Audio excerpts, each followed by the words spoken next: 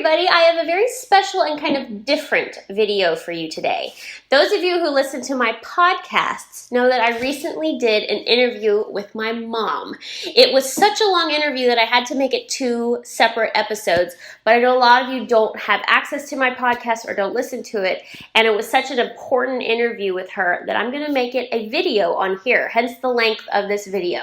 So there is no visual to this, it's just audio. So go run on the treadmill or go clean your house or something while you listen. You don't need to actually watch it. All you need to do is hear it.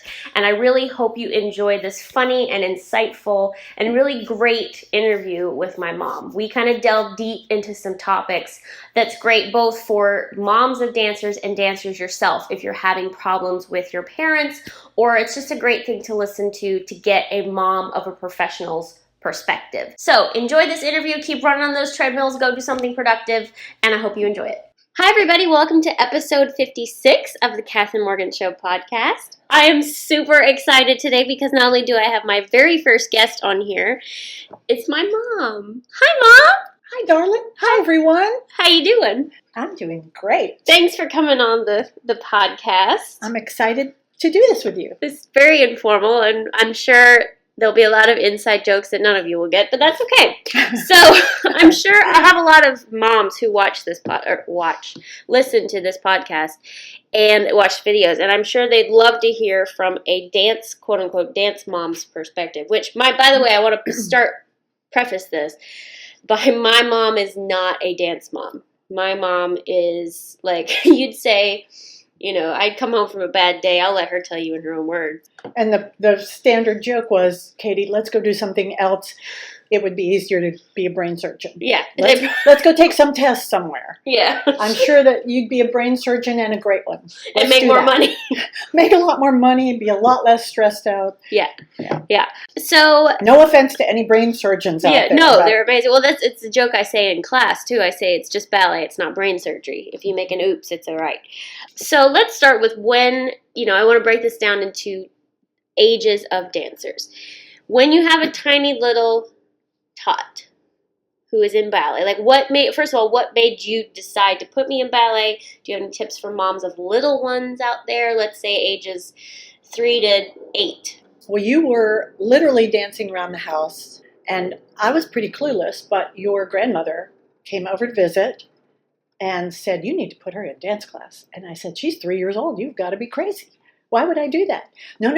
You need to put her in dance class. So, of course, when your mother says you need to put her in dance class, you just put her in dance class, and that will halt the problems right there. We don't have to, beat it into my head or anything. I just put her in a dance class, and it was just a little dance class. They did tap and Twinkle baton. toes. It was a twinkle toes dance class. And then when she was 4, her dance teacher said, you need to get her in a big company. And I'm looking at her like she is an insane person and thinking, okay. I just was polite and said, and thought that she was crazy. And so we moved, not because of that. We moved because my family was moving. And by big company, I don't think she meant like a ballet. Obviously, a 4-year-old joining a ballet company. No, it wasn't like that. She meant instead of the little Twinkle Toes place that she was running, needed to put her in a big ballet school. Yeah. We came to Mobile, and I put you in the biggest place that Mobile had, which was Mobile Ballet. And I just kind of let it roll, and every turn was a surprise. And then when you got serious about it, which of course was at 2, actually. No, I'm just kidding. I'll be a ballerina. Oh, yeah. And, it was something that we just had to do. And she was asked to go twice a week. And then it just expounded on that. I think that's the important thing at least from my perspective, seeing kids who grow up in these really harsh schools at 2 and 3 and 4. I think when they're little, they just need to do it for fun. It's a really good thing to put all your kids in, but no, I will have mothers contacting me and say, well, my daughter's 6 and I would really like her to be a professional dancer, and do we need to get private lessons? And And the answer to that is absolutely not. Yeah. Yeah. Go play outside in addition to dancing. Yeah. Once a week or even twice a week. But, if she just loves it. And the other recommendation I would really have for anybody, either kids who might be listening or moms who might be listening, is if at any time they say, I'm really not having any fun anymore and I want to quit, I would say to them, just like I would if they were playing soccer, I would say, finish out the year because you've obligated yourself, however long they've obligated themselves for, and then you may quit. If you still want to quit then, no problem. We'll go do something else. Yeah. I would not force ballet at all. It's so specific and so disciplined and so competitive. Yeah. That I would say just let it go. Yeah. #frozen. Yeah, because, I think, but they do need to understand you've made an obligation, finish out the year. But and besides that, I think some of them, go through that spell where they don't like it and all of a sudden they love it again. Exactly. And that would be with ballet or with soccer or with anything. Yeah. Because, and now moving on, once you get to the ages probably of 9 to 19 really, but let's say like 10 to 18, you have to commit most of your time to it. It becomes a full-time job. Yeah. And can't do it once a week. I know there are lots of people who do other things while they're doing ballet, and I think that's wonderful. I think it's great. I think it's great to do other things while you're doing ballet in a ballet school until you graduate from high school. I think it's fabulous. Mm-hmm. But then don't imagine that, maybe you can, but don't imagine that while you're doing 2 or 3 other things that you're also going to be a professional dancer. Yeah. Because that's probably not going to happen. I mean, because what would you say when I was about maybe 9, 10, or 11, I pretty much stopped everything else I was doing. You tried to get me to do other stuff. I did, but you were on that soccer field. Now I wish, this is the only time I wish that there was a camera so I could make that face you made on that soccer field while you were going, wah! Yeah. I was the kid that there was the ball. I tried to kick the ball, and I missed the ball. And just cried. And I wouldn't have cared. She could have stayed out there all day and cried. It didn't matter. I wanted her to be out there and just do something else. But everybody's mother around me, of course, thought that this was a professional soccer game in spite of the fact that everybody was, 7 or 8 years old. And they wanted her out of there. Take her out and put someone else in. Yeah. So, and I gladly was like, sure. You were so happy. So happy. And so the main thing is, so once you turn, and I've said this before, you guys have heard me say this before, if you want to do this, twice a week is not going to cut it if you want to be a professional dancer. You've got to be doing 5 to 6 days a week. So take the childhood to determine if that's something you want to commit to. That's why it's important to let little kids try everything. Because in order to succeed in this, at 11, you've got to be doing it 5 to 6 days a week. The other thing about this, at 11, you've got to have another sign other than your daughter coming up to you saying, I want to be a professional ballet dancer. Yeah. Oh, it's what I want to do. It's the only thing I want to do. You've got to have some other sign to just figure out if that's a good idea and you want to take away their whole entire childhood and all other after school anything and friends at school and whatever there is to be had and prom and everything else. And prom's not that big a deal, but all those things that go along with that. It's a big deal to take that all away and not really have any kind of a childhood and just stand at that bar day after day after day. Day after day. And so another thing I want to talk about, because I loved your approach when I was little about doing auditions. Because a lot of you write to me and say, I don't know what to do and what auditions do I do. Our philosophy was to do all of them. If all else fails, right. Go ahead. That's okay. That was our philosophy, to just do all of them. Don't worry about anything. Go in and you are taking what you're really doing is taking a master class from whoever's giving that class. And usually it's somebody that you wouldn't normally get to take a class from. Mm-hmm. And don't even look at it as an audition because you kind of psych yourself out. And then there are girls in the corner sticking their feet over their heads. And there are girls that are doing 20 million, what are those little things? Dégagé tendu. Okay, there you go. Something like that. And they're doing so fast and you're thinking, oh no, I can't do that. Don't even, or oh my gosh, she's got the best feet in the whole wide world. Don't do that. You're taking a master class from so-and-so. Somebody from SAB or PNB or whomever. Absolutely. A great teacher. And that's where you need to look at that and don't even worry about it. And what and do age? all of them. Yeah, do all of them. What age did we start doing them? 10, 11? Well, we did the first one at 10 because you were going to pay me not to go to gymnastics classes. Oh, yeah, that's right. She started in gymnastics because I said, okay, now, this is summertime. You're 10 years old. We're going to do something different. So she did gymnastics for 1 week, and then she turned to me and said, Mom, if I paid you for another week of gymnastics that you've already paid for, if I paid you back, could I not go? And I said, yeah, let me see you pay me back. And she broke open that piggy bank and paid me every red cent. And I don't remember that. I thought, oh my goodness, we're in trouble now. So I took her to this very small 2-week program, just about an hour away from us. Mm-hmm. And every day we drive an hour there and drive an hour back. And it was all day long. And she had a ton of fun. And I let her do the audition at the end because it was for 10 to 18-year-old girls. That was a whole audition for Joffrey. For Joffrey. And I just thought this was no big deal. And, there were other kids in there that we knew that were taking it. And it's good experience. Great experience. I thought, okay, she's going to see how hard this is because we'd never done that before. And by the way, I have absolutely zero dance experience. And I know you don't know how funny that is, but if you knew me, you'd say, yeah, we know that. But people come up and ask me all the time. Because she has perfect turnout. Let me just put that in there, which is really unfair. And I wore you and Eric. And I wore corrective shoes for that for about 4 years, by the way, and that never got fixed. But when I was little.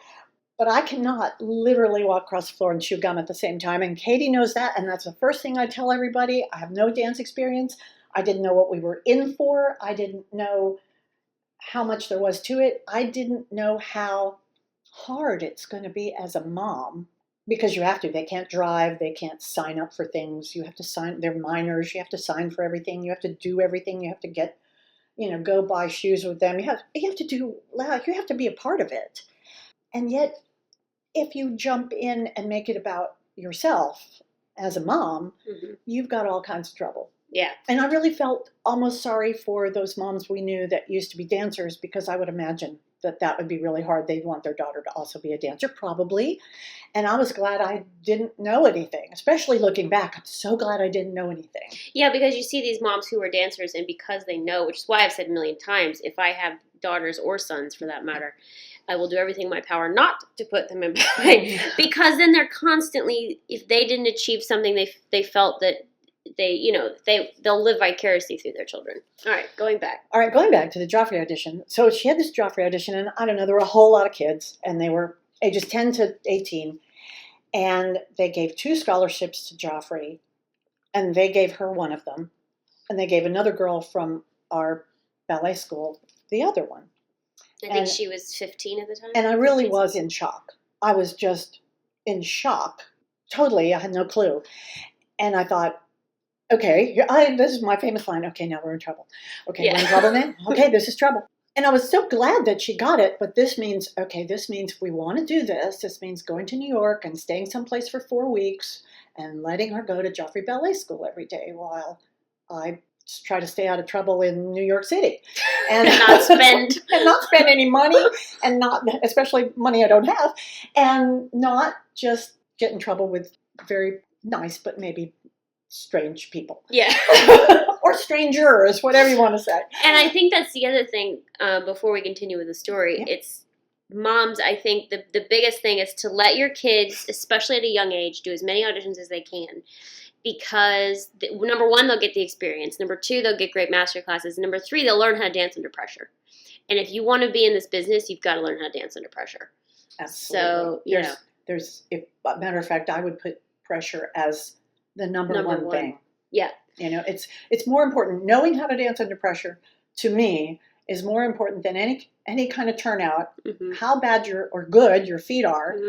How wonderful you express yourself musically. I mean, being able to dance under pressure is a huge thing. And that's coming from someone who wasn't a dancer. So when I've said that before on here, it's kind of important.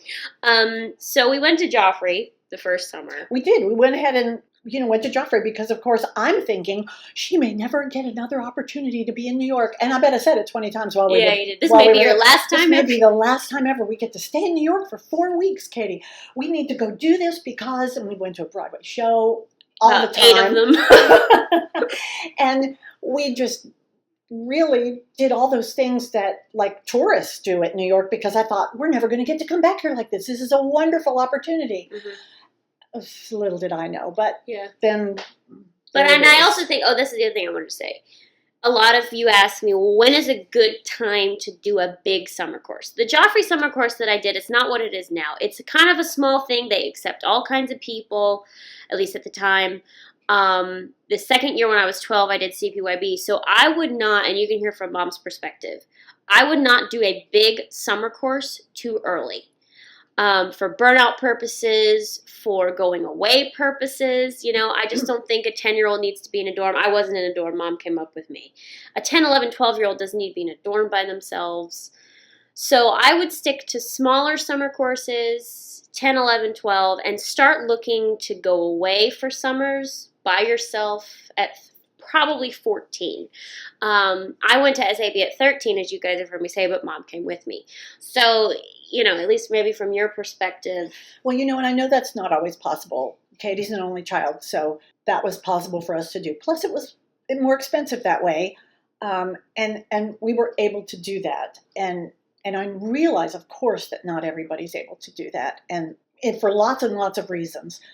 That it's really ideal if you can go and lend some perspective to the whole intensive, with the focal point being on the word intensive. Lots of summer courses are not as intense as other summer courses. You'll get to a stage where they all are because you're at the age where the company is either going to take you or not, or you're going to stay for the year or not.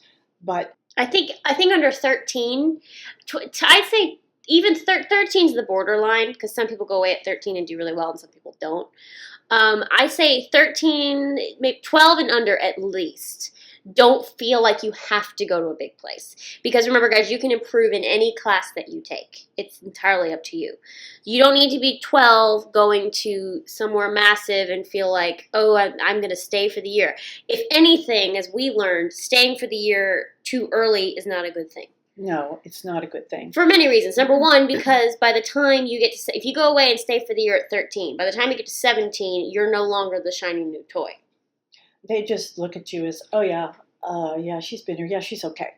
And you could be the hottest thing on the world. Plus, I think lots of times when you do that and you're away from home for all that time, I think you have everyone, I shouldn't say everyone, but most everyone we saw who wasn't with someone, didn't have relatives nearby, was staying in the dorm full time, and didn't have another little perspective check, parents or grandmother or aunt or family nearby.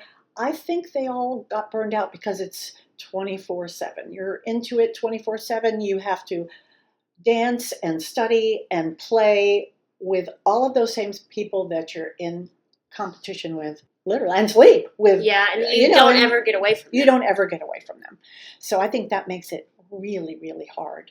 I think by the time you're ready to go to a big place, at 14, I think is the year you should go to a big place so you can see.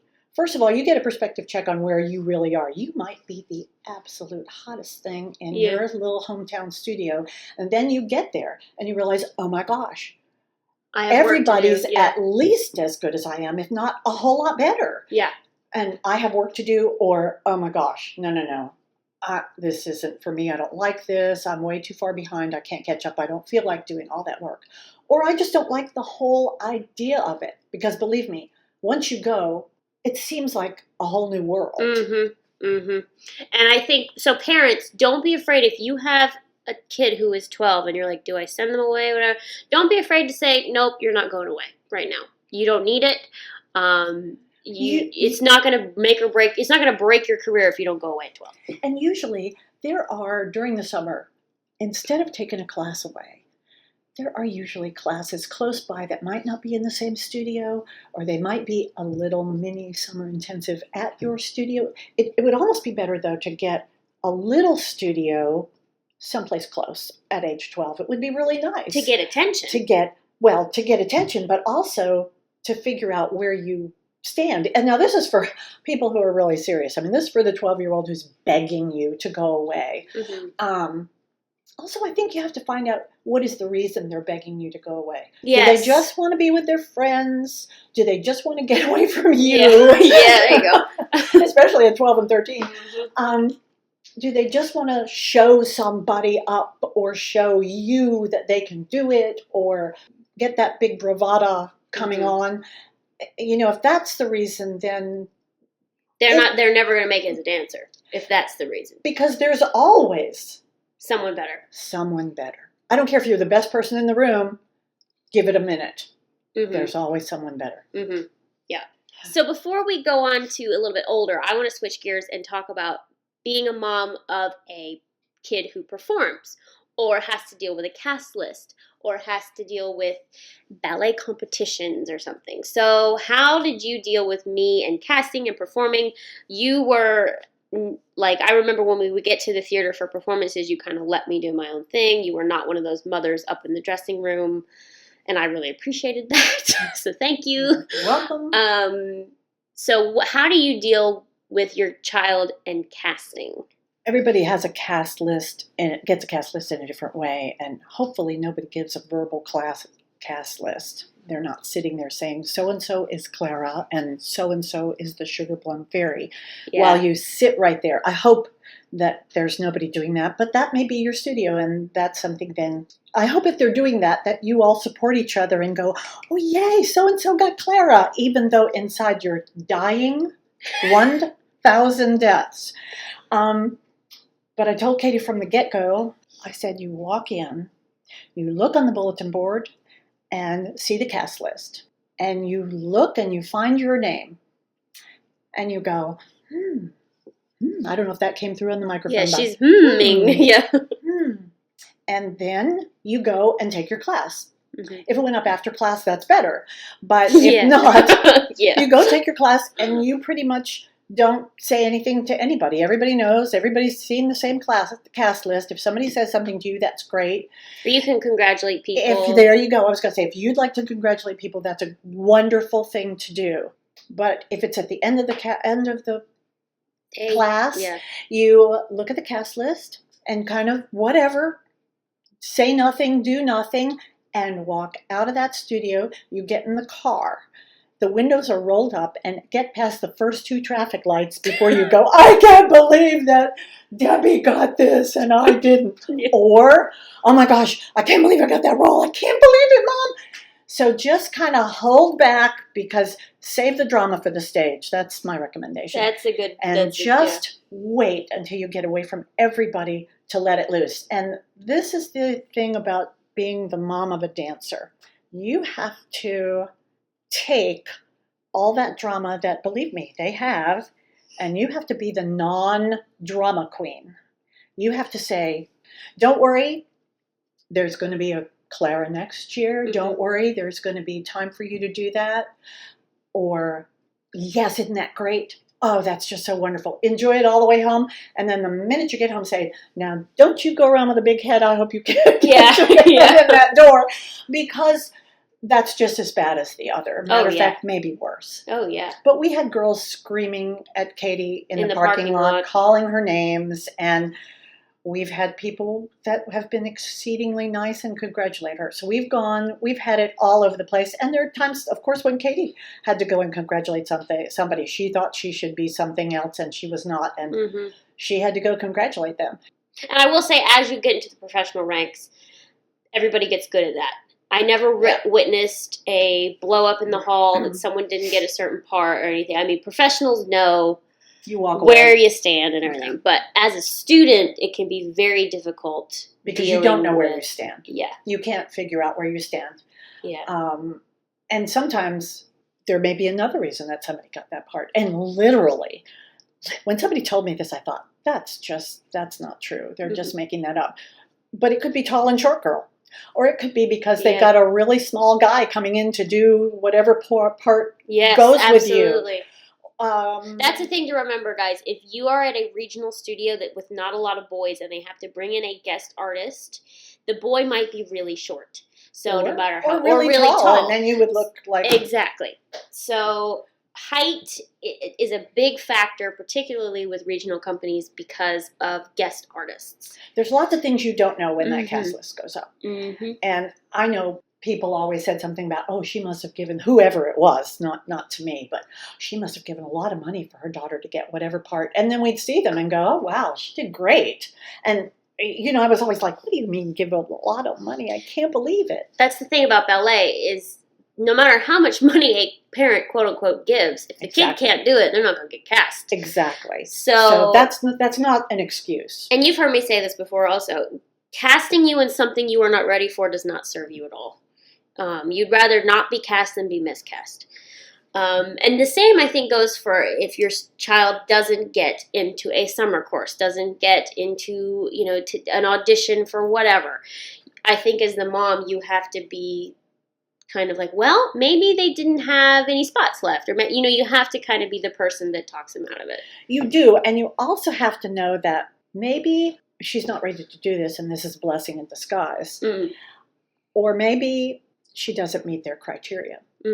And so that would give you a clue. That would be a clue to you as a mom and as a dancer. I mean, depending on the age of the child. A clue as to style. Maybe like you got into the balancing schools, but not into the classical schools. So then you might say, all right, well, I must be more of a balancing dancer. That also kind of goes through something else that you and I talked about. I remember talking about this with Dad.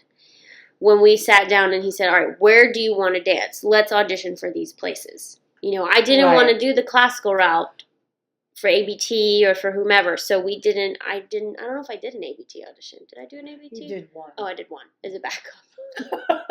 Don't say that out loud. Okay. Well, so, but again, it was our philosophy to do all of them. Do all the auditions you possibly can. Well, the other thing about ABT was that they had a lot of different schools. It wasn't just in New York. They had a lot of different schools you could go to. And that, as a matter of fact, that year, I think that was the year that we were looking for places to go. And you just did all of them and thought, okay, I'm going to do all of them. That's right. That's what it was. See what I get into, and then see. I ended up going to Houston, actually.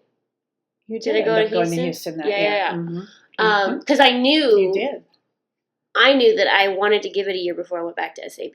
Because my first summer at SAB was not my best experience. That was probably, you were 14 in Houston. Yeah. And I've got to say, that was probably the biggest, see, that's why I always think 14 is what you need to be before you go to a big, and a big school. And you learned the most, and you grew the most, and you figured out a lot of things. I did. I really figured out a lot of things. And I was able to go with her, and we got a tiny little apartment, and we had shopping time on Sunday. We went to church Sunday and then shopping in the afternoon and went out to eat, and that was our little thing to do. And every night when she came home, we would play games. We would go to the pool. We would try to not get talk out about of ballet. Yeah, that's the other thing. If you can, mothers, when they come home from dance, when they come home from their summer course, talk about other things. Talk about what was going on in your life or at home or with the other children, and make sure you stay in touch with them while they are at the ballet school, and don't always say, even though of course you want to know, how are you doing? What's going on? What's up? These words should never come out of your mouth. Are you good enough to go to stay? Are you as good as everybody else? Because who's better than you? Exactly. That's another one. Because as children, yes, they want to please their teachers, but they want to please you more than anyone. Absolutely. So you can't be sitting there going, well, you got to work harder. Well, you must not be good enough. Well, because that's just going to put them in a terrible, terrible headspace. Yeah.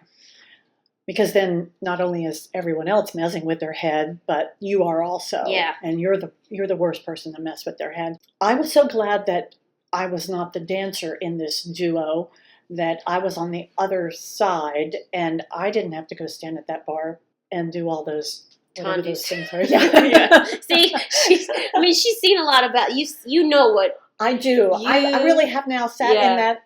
I could be the critic, but I don't know the names of the steps, and I have to say, okay, the girl in the costume, I can't remember what part it was, but her costume was, and then I'll tell her the Mom's costume. fashion-oriented, yeah. And then she would tell me the costume, tell me what they did, and play the music, and I go, oh, yes. Okay, well, let me tell you, blah, blah, blah, blah, blah. And I think that's what I liked about so you, good. is that you were always honest, but you never were blatantly honest in a bad way. Like, if I wanted to know, oh, how was it? You were going to tell me, good, Right. bad, or otherwise, but you weren't going to be like, oh, you were terrible. Or, oh, blah, blah, blah, blah, blah, blah, blah. You're like, oh, it was really good, but... Okay, wait. How do you address this? Anybody who can stand at the bar and practice for that long and rehearse for that long and get in that costume and get on that stage and actually perform in front of people who are paying to sit in that seat, they couldn't possibly be terrible. Yeah. They're just not terrible. And that's all there is to that.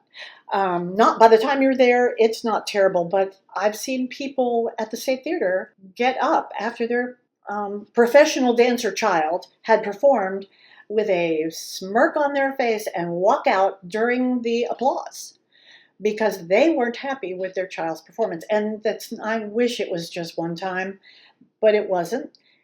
And I'm thinking, how could they be so unhappy with their own child when, maybe they could have done better. I don't know. I'm just impressed that you can do anything in front of all those people. I'm happy that this is a little microphone right now. Yeah. So what advice do you have for parents how to give feedback to your performance kid? Like, how honest are you? Do you say, oh, like what I would say, oh, Mom, what'd you think? What would go on in your head is what I'm asking. Okay. How honest were you and how, Oh, I was absolutely dead on this. Don't you remember I told you the first time you did Juliet, I said, Katie, do you remember what I said? No. I said, you were so awesome. It was unbelievable. But what was that such and such that you and, because it was Seth. Orza, and what was that step, blah, blah, blah. And she said, he fell over backwards with me. We went backwards down the stairs. Yeah. And I said, so I take it that wasn't what you were supposed to do. Yeah. No, but Peter thought it was so great. He said, you should keep that. Yeah. And they both talked about it later and said, no, let's not do that. We'll kill ourselves. But the other thing is, remember, you kind of crawled back at some point for their dying scene. And I said, you have got to keep, because we're watching your bottom the whole time. That's right. Crawling back. You've got to fix that somehow. And we were both laughing about it because, by this time she's practiced 9 million times.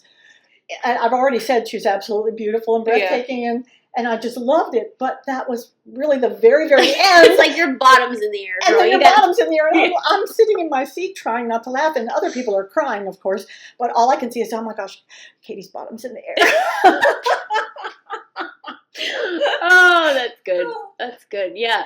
I think that's what I really liked about having a mom who didn't dance is she wasn't going to say, oh, your turns were terrible or oh, this and that, or you need to lift up your arm. You were going to say, it was good, but girl, I can see your bottom. Like, get that tush out of the way. I wasn't that bad, but still, it was kind of funny looking. Nobody, said anything about it. But. And I think there were other roles that, even if it was bad, like, do you remember when I was cast as Emerald I know Girl? exactly what you're going to say. She knows. I knew exactly what you're going to say. It's typically the Silver Fairy in Act 3 of Sleeping Beauty, but in City Ballet, she's Emerald. And sometimes it's a pas de trois, but I was totally miscast in this solo, and I felt like I had somebody else's legs on and somebody else's feet on, and I don't even remember what you said, but you were just like, well, I've seen you better in other things. I've seen you better in other things. I think maybe that's just not your part. Yeah. And, they might know that now. But, you looked beautiful. You were darling and all that good stuff. Oh, but yeah. as a matter of fact, I even said the next night someone else did it. Yeah. And Katie was Sleeping Beauty. So, so the next night somebody else did it. She came out and I went, yeah, that's the way to do that. Yeah. That was awesome. She even said, yeah, so-and-so's better than you. So-and-so's better than you. Yeah. And it wasn't that she's necessarily better. It's that she was better in that part, which happens all the time. Yeah, and you'll find out what your strengths are and what your weaknesses are. If you hear snoring in the background, it's Carson, the little dog, by the way. Carson is 5 pounds of big snore. Yeah, he's snoring. But you'll find that, and I think parents, if you can be honest while still being kind. I think that's the biggest thing. I don't think children should at least from my perspective, if it was my kid, I don't think children should have this sort of glowing, everything is wonderful. I think they need to be told, like, you can do better, but I don't think they don't need to be told it in a condescending way. Absolutely not. Yeah. And you know, it all depends on your child, how your child takes what you say from you and how you've learned to say things. And kind of we usually have little jokes, you know, about things, and it's the same joke we had over and over again. Well, there's always brain surgery. Yeah, you know, I mean, be an architect. Yeah, I think architect. I've was always the other wanted you to be an architect, Katie. Have you thought about that? Yeah. No, Mom. Yeah. Yeah.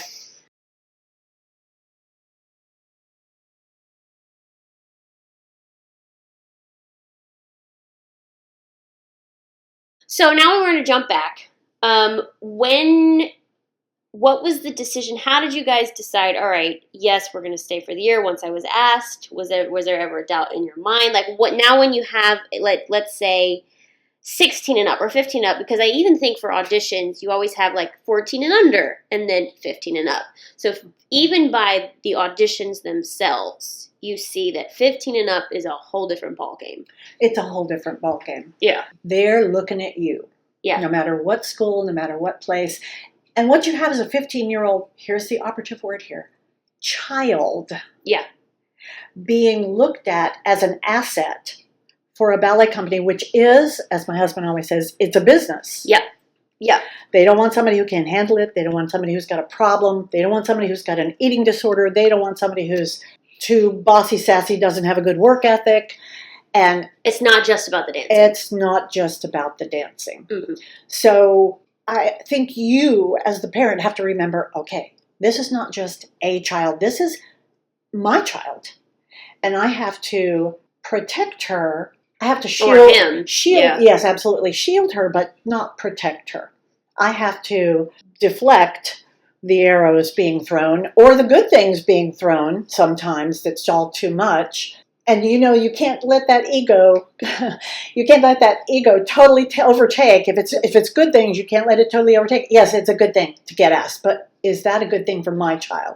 Is she ready to go? If she has to go alone, that's a whole different story than if you're going to be able to go with her, even just for a little while, even just for maybe, let's say you go to the summer intensive someplace and they say, we want you to stay for the year. And if you can last through Christmas with her, that would make a huge difference. She gets a good start. She finds out where she is in the school, where she stands, if this would be a good thing for her, and if she even likes it. And then at the end of the year, she could say, let's go home and be an architect. Yeah. Or I want to start playing soccer. Or whatever it is, I want to be a dancer. This is great for me. It's a good fit for me. Or even, yes, I still want to be a dancer, but I don't think this school is where I should be. Yeah, and I think that's the other thing. 15 and 16-year-olds, I remember it especially, they are so preoccupied, especially nowadays with social media, of what their friends are doing. Well, my friend is doing this. Well, so-and-so is doing this. Well, so-and-so is doing this. I think you have to make it clear to them that you need to make a plan and decide what's best for your family, what's best for you, whether you can come with her or not. And if you can't come with her, make sure you stay in touch with her and ask her how it's going. Or him, especially the boys, actually. Yes, I think so, too.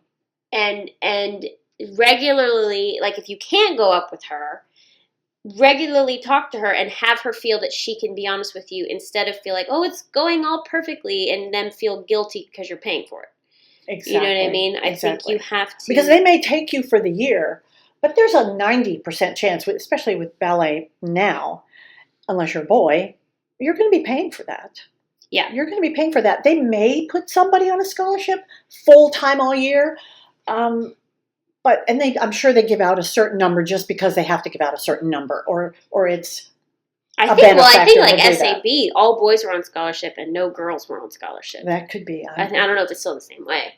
But I know that the summer course is not the same as the year-round course, and that scholarships are not freely given. No, not freely given to girls. And I'm certain it's like that for every ballet school because it's a business. You know, it is a business. Because they know if you say, well, we don't want to pay for that, someone else will. Yes, exactly. There's somebody else who's dying to get your spot and will be happy to pay whatever. And I think as the kid, sometimes you feel guilty. Well, my parents are paying for this, but I'm totally miserable. This isn't working for me. I'm not happy. Obviously, like we said earlier, they need to commit and finish the year. But I think stay on top of them and say, look, is this going well? Because let me tell you, from a dancer's perspective, in ballet school, you are nurtured. In ballet school, you are helped along. You can turn to them. You can ask questions. The minute you get into a company, it is sink or swim. So if they are not happy in ballet school, they're not going to be happy in a company. I tell you that right now. And let me say this. When you get into a ballet school and you're away from home, I think that all bets are off as far as making them last out the year. Mm-hmm. If something's going wrong, mm-hmm. I don't know, there's a lot of press out about a lot of things right now, and I'm not talking even about any of that stuff. But if there's any kind of bullying, any kind of anything that she just can't take, and she or he says, I just can't take it. It's just the competition is incredible, and I can't take it anymore. And I'm not the best, but I'm not the worst, but I just can't handle it. I just don't want to do it anymore. Be sure that they can tell you that. And I know that's really hard to do because they're going to tell you whatever they want to tell you, but teenagers, go ahead and say that to them. I want you to tell me, not where you are, but if you're comfortable where you are and if you're okay. Is there any bullying? Are you having any kind of problem? Because if you are, I want to know about it. There's no need for them to stay in that environment. There's no need to stay in. That's not I'm sorry, but you need to last out the year and see. That's ballet school at home. That's not ballet school away. That's totally different. That's totally different. And I think we did what worked for us, which is Mom came up with me, and thank you for doing that. I've said that a million times. I mean, I would have, who knows where we'd be right now because I was not the kid. I did not have the temperament that I would have done well in a dorm. No, I don't think I would have done well. I knew that. And I think it's lots of times an only child is just fine doing that. But Katie it's hard to believe. She's all over social media, which is always still astounding to me. But she was extremely shy. Yeah, painfully. Painfully. It was totally painful. And not so much now, but she still is I'm an introvert. An introvert, without any doubt. I mean, you have to remember when I shoot the YouTube videos or do this, there's nobody actually sitting here right now. We got Carson snoring. We got the laundry going. Oh, yeah, we're looking outside at those azaleas blooming. Yeah, nice. It's no big deal. But there's no actually. I'm not speaking in reality in front of millions of people. Well, that's the other thing. I was always surprised you could get on that stage in front of 2,000 people in a leotard when you can't walk up to the guy in Dwayne Reed and ask him where a box of pencils were or whatever. And it was so surprising to me all the time. And I think it's because you have to remember, anybody who dances has that little bit of an artsy brain.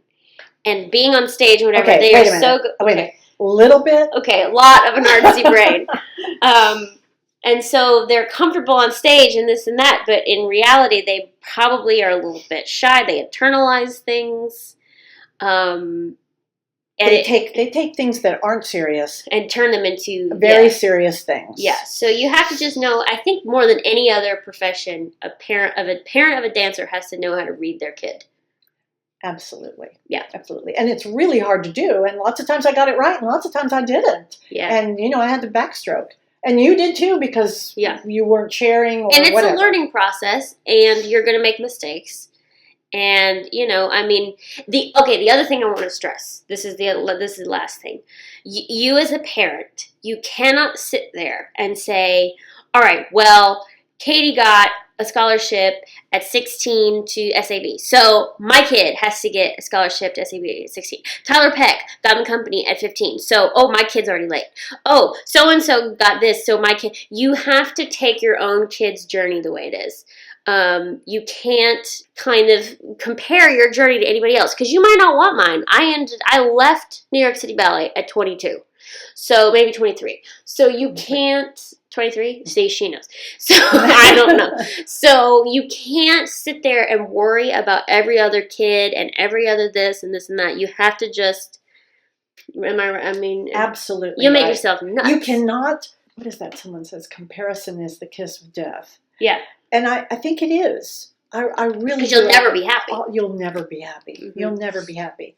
And there's a lot of jealousy before you get in the company. I think it's much worse as far as the bullying and the personal jealousy. Like at ballet school is worse than the company. ballet school Absolutely. is much worse than Absolutely. the company. Pretty much in the company, you know, you're not going to be able to do those however many fouettes there are for 32. Black Swan. 32 for Black Swan. And so you say, I'm probably I'm not not going to gonna be get that role. Yeah, I think professionals know where they stand because you're They around do. the same people all the time, and they know how to. Yeah, but at a school, it's intense.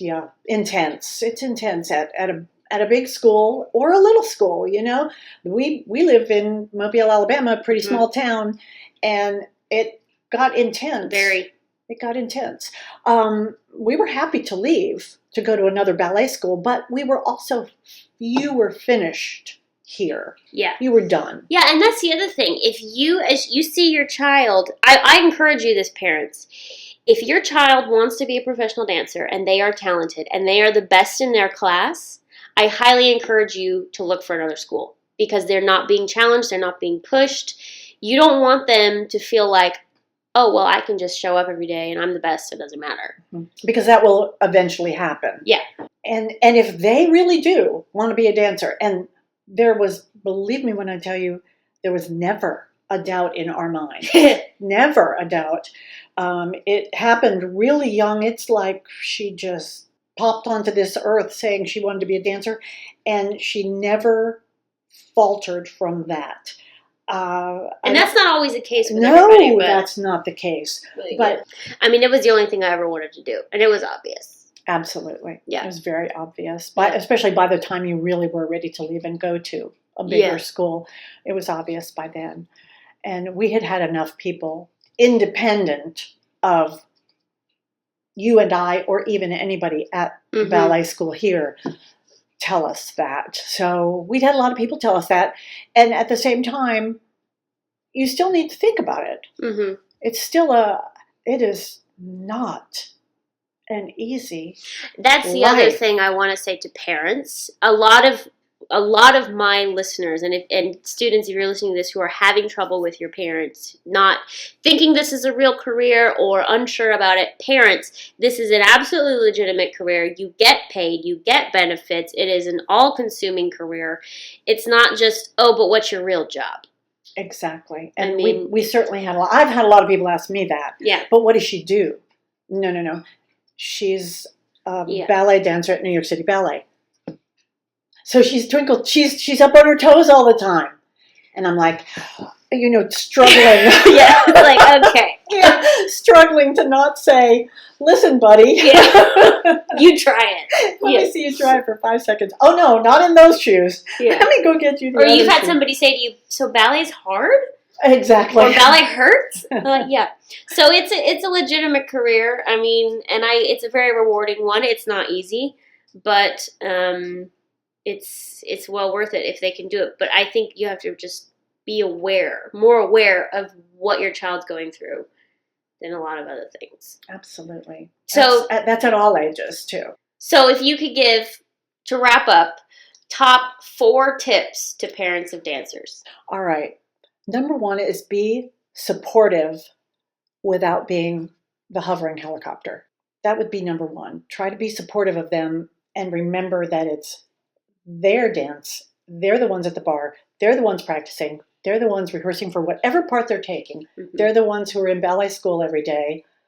It's not all about you. You just get to suffer. Yeah. Because also at the end of the day, they're the ones that if you try and do it for them, it's never going to happen. They have to do it. Or if you get all upset because they didn't get in some school, or they didn't even get into a program that you wanted them to get in, or they aren't doing whatever it is that you want them to do, try to remember that there very well might be a reason for that. Mm-hmm. And it might be that they don't want to do this anymore, or usually don't wait forever. I've also seen people just wait until their child is so far down that they're not going to come back from that. They should have seen that 2 years ago, that so-and-so didn't want to do this thing. Mm-hmm. Maybe she wanted to go off to college. Maybe she wanted to, whatever. Be a teacher, or just have a normal life, or have normal college experience and a normal life. So be supportive, but not Hovering. hovering. Okay. 2. I'm holding up fingers behind the microphone. Number 2. What's behind door number 2? Always keep the lines of communication open. Yeah. It doesn't matter if they're mad at you or if you're mad at them. This is what I'm going to say. This probably should have been number 1. Nothing in the world is worth losing your daughter over, and I put that in quotes, losing. Or especially in the case of ballet, your son. Yes, absolutely. Yeah. Nothing is worth losing a child over. And because you don't agree, or you don't want them to do this, or you want them to do it so badly, or whatever the problem is, nothing is worth losing your child over. Mm-hmm. And that would be number 2, keep the lines of communication open. And, if you've had a fight or something, go back to them and say that you're sorry. Yeah. I'm so sorry we had that argument. I can't believe I got so upset. I'm so sorry, Katie. Yeah. Whatever it is. Mm-hmm. Katie and I would have a knockdown drag out. Yep. We would be raising the roof on our apartment for about 5 minutes. And then we would be like, I hate you. Oh, I totally forgot to tell you. Yeah. Like, oh, I love that lipstick you just got. Thank you so much. I'm really appreciative of that. We just kind of have to get it out or something. That's also part of being 16. Yes. I think that 6 and 16 were the big ones for me anyway. It's like, whoa. But lines of communication, no matter what. Mm-hmm. Number 3, I think that you need to try and read your child. Reading your child, it would be number 3. Figuring out where you think, if you think they're happy, if you think they're not happy, if you think they're good at this, mm-hmm. if you think they're not good at this. Mm-hmm. And by saying that they're good at this, I mean, you've got signs other than just you think she looks absolutely stunning doing the junior regional version of Sleeping Beauty, and she's the third fairy from the left. Because every parent should be proud of their... Every parent should be so proud, and they look wonderful, and it's great.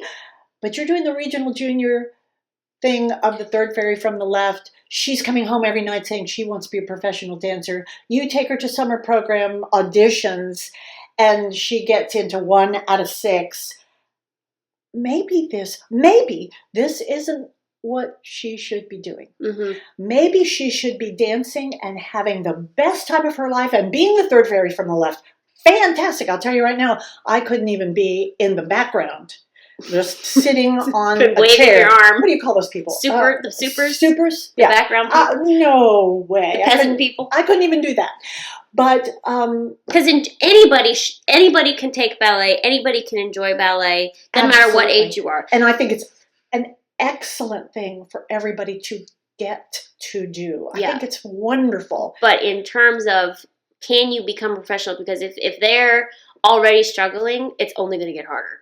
And you may not think she's struggling. Yeah. That's where you have to do the comparing in just what other people are telling you and what you can visually see. And then she comes home and tells you something else, like she wants to be a professional dancer. That's when there's a problem. There's no problem if she's the third fairy from the left on a regional junior company, and on Tuesdays and Thursdays you do horseback riding. Yeah. And she's having the best time doing ballet and horseback riding, and she can't decide whatever she wants to do in her life. She's thinking about being a doctor.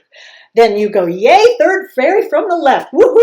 I think that's great. Yeah. But you have to keep your eyes open to all that. I've seen so many mothers, and I wonder why they are still believing that their child is going to be a professional dancer, and not just a professional dancer, but an étoile. Did I say that right? Yeah. At the Paris Opera House.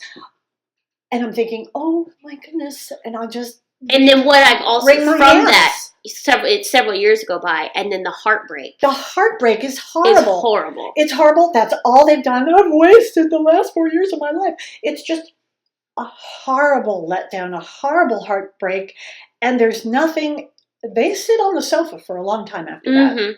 They sit on the sofa for a long time, and what are you going to do now? I'm going to go sit on the sofa at my mother's house. And they do.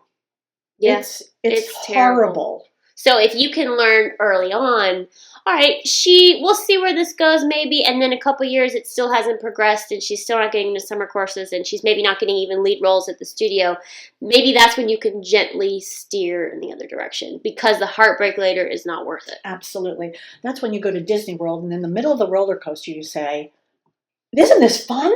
Let's audition to be a Disney princess. Audition to be a Disney princess, or let's see about bicycling or skiing, or that track and field team that's at your school. They are really awesome. Or you're really good at English. Have you thought about? Thank you. Yes, you're really good at English. Yes. Yeah. Because believe me, these girls, but guys too, that are dancers are really good at lots of other things. I have found that to be true. 90% of the time, they're really smart. It's so funny. My SAB class, if those of us who did not become professionals, they either went to Harvard, Duke, or Brown.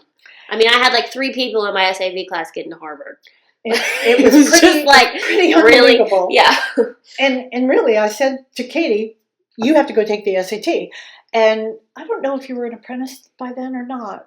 I don't know if you were an apprentice that year. I think. Because I can't remember what year you take the SAT. We didn't do all that college stuff that everybody takes. And everybody does. And I said, you have to take the SAT. And she did not want to do it. And I said, too bad. This is the only thing I'm asking you to do for me this year. That's the only big thing I'm asking you. And oh my goodness, you would have thought I was asking her to just quit everything and come home and dig ditches. But she took the SAT. She did not study a lick. Nope. And I said, all you have to do is get a high enough score so you could get into a state university school. And she did much better than that with no studying. And I'm not trying to, say, oh, okay, you're so smart. I'm trying to say most of these people. Most of us did really well. They do really well. And it's because their brain is functioning and it's firing on all cylinders and they have to do more than one thing at a time. Contrary to popular belief, you cannot be a stupid ballerina. No, I've never seen one. No. Never. No. Even people we think are like, quote unquote, quote unquote, yeah. They're really not. Yeah. They're really not. And we find that out later. Yeah. Or we did find that out later and now we know better. But so read your child. Read your child. And because the heartbreak's not worth it. Okay. Tip 4. Last but definitely not least, is to be absolutely proud of your child and supportive no matter where they are in life, no matter what they're doing. If they really are at home digging ditches because they couldn't figure out what to do after they were dancing, you have to be supportive of that and you have to be proud of that. Otherwise, you lose them. So that's back to, I think, either number 1 or 2. I'm not sure. But in this dance career especially, you have to be supportive of them. If they're already a professional and they call you and they say, I want you to come up, but I don't want you to come up yet because I'm not anything. Remember to say this: I want to come see you, be waving the 3rd rose from the left. And I'll be so proud of you. Yeah. And that's what you have to do. And you have to say that and, break down and cry if you have to and have an argument over it if you have to. Yeah. But, support your child as much as you can. I mean support them if they're not doing well and you want to steer them in another direction too. Support that steering in the other direction. But once they're in and they're up there, you really need to be supportive because there is nobody they want to please more than you. Yes. There's nobody they care about more than you at that time. I don't care how many millions of friends they have, and I don't care how many besties they have. They still want you to be the one who's proud of them. Yeah, when you would come to the ballet, and it was like you were in the house and Peter was in the house, guess who I was worried about more? Amazing. Which is so funny. Yeah. So funny. And but I also say you're the mom. Mom was like the mother mascot of the company while I was there. Well, I wasn't. Everybody knew her because she was so sweet, and she would sit in the 3rd row with binoculars. 3rd row binoculars. But that sounds terrible. But I really like to look at the costumes, and I knew I wasn't going to get up close, so I put my binoculars up so I could see all the sparkles and the detail and the lace and all those shoemakers and oh my gosh, look at those earrings. Yeah, and the shoemakers. I could see everything. It was really terrible. But then the obviously being so close, you can see maybe the 1 to 7 rows. But the reflection would get the binoculars, and so everybody would say, "Okay, your mom's here." Your mom's here, and I'd see people. Then I'd see people. I'd see whoever I knew, they would come back out and they'd look right at me because I thought, oh no, she found my binoculars. Yeah, and, great. but I would just smile as big as I could to let that other person's child. I mean, this is someone I don't know their parents maybe, but I knew them, and I would just smile as big as I could so that if they could see me, they'd know I was so happy watching them, and I always was. And a lot of them would say, my parents never come, so it's really nice, even though she's not my mom. You know, so be that parent. Be the one that goes all the time and if possible. I mean, I mean, you came. I did 46 Nutcrackers my first year. That first year, I think I saw almost all of them. No, I don't think you saw all of them, but you saw a lot of them. Then you, by the end, you started coming for Act 2. I came for Act 2. Yeah. Can I buy a half a ticket? Yeah. You know. Just Act 2. And by the way, don't think because your child is in a company that you're going to get a free ticket, because that is not what happens. But you will get comps or something, but sometimes you can get comps, or you can get something in a little room off to the side that you can sort of kind of see. It's not the greatest seats in the world. It's not the greatest, but you'll at least get in the house, which is great. And, you know, we took advantage of all that too, but mostly it was fun to come and just sit and watch. And I know she probably thought I was bored to death, but But the first half, let's face it, the first half is all the little kids, children. The little children. I thought, I don't really need to come for this anymore. But by the end, the ushers knew your name. Miss Morgan. Ushers. They were very kind, very nice ushers in that theater, and people know people who go all the time, and while I did not go all the time, there are people that go a whole lot, and they don't have a dancer in the company. I think probably the whole time I was at City Ballet, you only missed one big role, and that was Divertimento 15. But because I think we were in Saratoga, I don't think I did it. No, you were in Paris. Oh, and we didn't get there till the next day. That's right. Okay. Mm-hmm. But yeah, I mean, I know not everybody's parents can do that, but just be proud of your kid because they want to please you more than they want to please their director. Speaking from my perspective, my mom's here. I'm honored that you said that, and yet at the same time, it frightens me to death. You don't know what's going on in their head, but be proud of them no matter what. Mm-hmm. Well, that's probably the 4 big ones. That's awesome, Mom. Thanks so much. You're so welcome. Yeah, I'm so happy to do this. We could chat for another hour or so. And we will, about the dog snoring in the laundry. Yeah, we got to go do laundry now. So if you guys enjoyed this, please leave us a comment or write me or comment somewhere if you liked having Mom on here, if you have any other questions for her, and we'll get her back on here another time. Oh, dear. Yeah. Actually, I'd like that a lot. Yeah, do like a mom Q&A because it's also helpful what you guys want to know. So this was just sort of an initial episode. Maybe we should do a chat show. I don't know, but the Sheila and Katie chat show. It's only okay if you do the makeup. Okay. All right. Well, but Mom, I just want to thank you for all the support you gave me over the years, because so many dancers don't have that, and their parents disown them because they want to be dancers, and you guys just made it all possible. So. Thank you so much. Thank you. It was our joy in life. Yeah. Dad didn't quite always get it, but he was 100% supportive. My favorite line from Dad. My favorite line. It'd be some second half of Juliet or something, some dramatic role, and he'd be like, I wish you'd smile more. Exactly. And I'd be like, Dad, I'm dying. I'm literally dying to stick a knife in me, Dad. Yes. But, you guys are always supportive, and that means the world to me. So we love doing what we're doing now, too. Yeah. I mean, and I will say, Mom you guys didn't quite get all this at first. But you were always proud of me about it, but you didn't quite. No, She's like, what are you doing? Really? YouTube? What are you doing? I don't get it. I don't get it at all. There are days when I still just doesn't quite, the information doesn't quite go all the way around my brain, and I don't understand it. But I'm so happy that you're doing this, and so happy that there are people. It makes me really happy when I read some of the comments, and they're so thrilled to have you tell them this, that, or the other thing, and it makes me happy. So. Yeah, because you remember 16-year-old Katie Morgan who would have killed for this stuff. Yeah. You would have died to have talked to Jennifer Ringer in particular. Yeah. Yes. Jenny Ringer, director of the Colburn School. Look it up. It's a great school. Mm-hmm. All right, so we're going to end it there. So thanks so much, Mom. You're so welcome. Thank you. So I really hope you guys enjoyed this interview with Mom. Again, if you have any questions for her, leave them in the box below and maybe we can get her on here for an actual video to do kind of a Q&A or something. And I'll probably have her again on the podcast. So if you missed my video on my new everyday makeup look, updated video with safe and clean beauty products, it's right down there. You can click it to watch. Love you guys so, so much, as I always say, and I will see you next time.